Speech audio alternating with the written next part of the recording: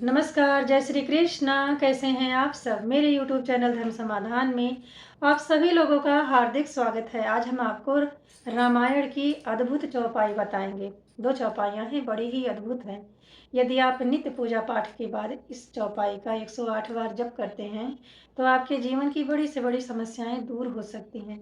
श्री रामचरितमानस ना किसी पहचान का मोहताज नहीं है। कोई ऐसा नहीं है जो इसकी शक्तियों के बारे में जानता ना हो। संपूर्ण ग्रंथ ना हीरे मोती के समान बहुमूल्य है।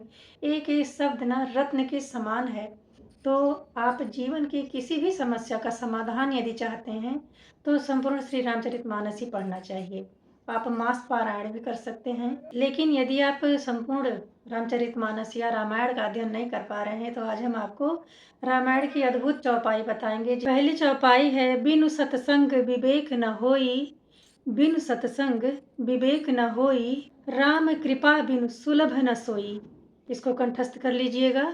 जो प्रभु दीन दयाल कहावत, जो प्रभु दीन दयाल कहावत, आरति हरन वेद जस गावत, जपहि नाम जसु आरति भारी, मिटहि कुसंगति होहि सुखारी, दीन दयाल बिरधु संभारी, हरहु नाथ मम संकट भारी। आप इन चौपाइयों का पाठ प्रतिदिन पूजा उपासना के दौरान जरूर करें। देखिए, मानव जीवन मिला है तो कभी सुख है कभी दुख है। अगर दुख ना हो तो सुख आप अनुभव ही नहीं कर पाइएगा। इसलिए जीवन में दोनों का होना भी जरूरी है। लेकिन कभी कभी ना ऐसे दुख आ जाते हैं जिनसे दूर होने के लिए मन व्याकुल हो जाता है, परेशान हो जाता है।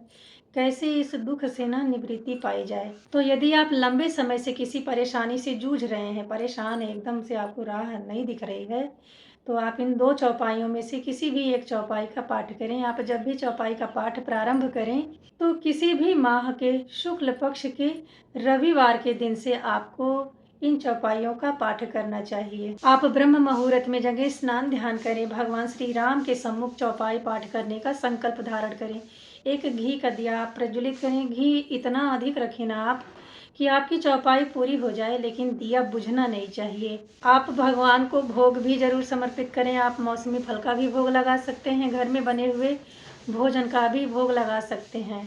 भगवान श्री राम के मंत्र हो या चौपाइयों का जप हो, आपको तुलसी माला का ही प्रयोग करना है। ठीक, रामचरितमानस का पाठ करने से, रामायण के अद्भुत चौपाइयों का पाठ करने से जन्म जन्मांतर के पाप ताप दूर होते हैं।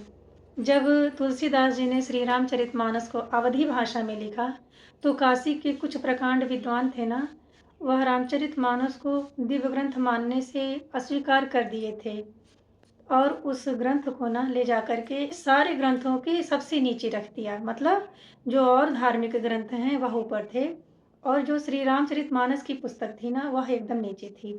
और फिर ताला लगा के रूम से निकल आते हैं।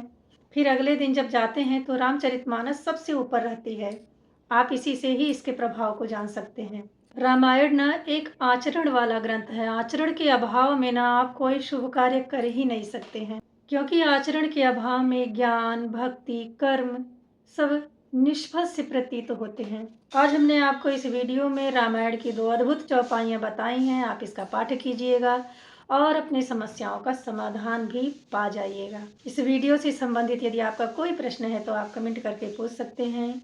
वीडियो में दी गई जानकारी से यदि आप जरा सा लाभान्वित होते हैं तो कमेंट बॉक्स में जय श्री राम जरूर लिखें। मिलते हैं अगले वीडियो में ऐसी ही महत्वपूर्ण जानकारी के साथ। तब तक के लिए नमस्ते।